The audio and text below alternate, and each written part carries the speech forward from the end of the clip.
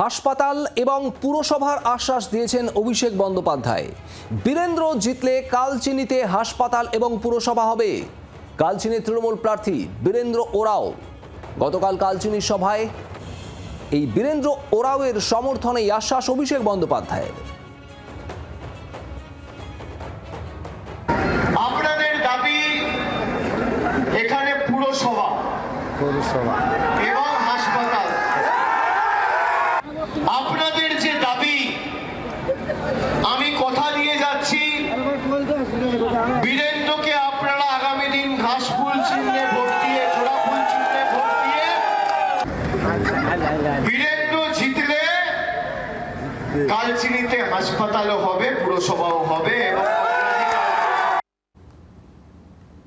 শুনছিলেন অভিষেক বন্দ্যোপাধ্যায়ের বক্তব্য।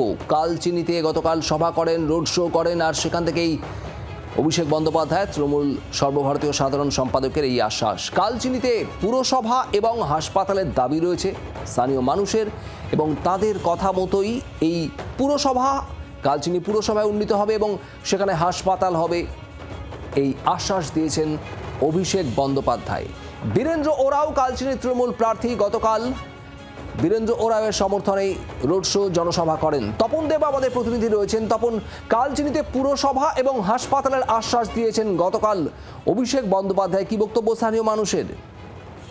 স্থানীয় মানুষের জায়গাকে কেন্দ্র করে দীর্ঘদিন ধরে একটা দাবি উঠে আসছিল যে জায়গাকে স্মার্ট সিটি এবং পুরসভাতে রূপান্তরিত করতে হবে।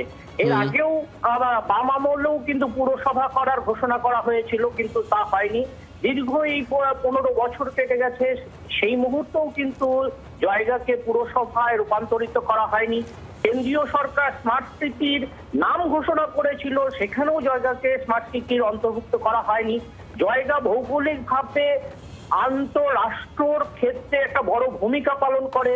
দেশ বিদেশের বহু মানুষ এই জায়গাকে কেন্দ্র করে ভুটানের সঙ্গে আন্তঃবাণিজ্য এবং ট্যুরিজমের একটা বড় স্থান রয়েছে। সেই শহরটাকে আরো সুন্দর করে গুছিয়ে তোলার জন্য কেন্দ্রীয় সরকার প্রথম পর্যায়ে পদক্ষেপ নিলেও কিন্তু সেই কাজ হয়নি। এই মুহূর্তে নির্বাচনের ঠিক প্রাক মুহূর্তেই কিন্তু স্থানীয় মানুষরা এই পৌরসভার দাবিকে কিন্তু একদমই, আর সেই জায়গায় ভোটের আগে অভিষেক বন্দ্যোপাধ্যায়ের এই আশ্বাস কতটা প্রভাব ফেলে ভোট বাক্সে নজর থাকবে অবশ্যই। তপন, ধন্যবাদ। বাংলার আওয়াজ, বাঙালির আবেগ, জি 24 ঘন্টা।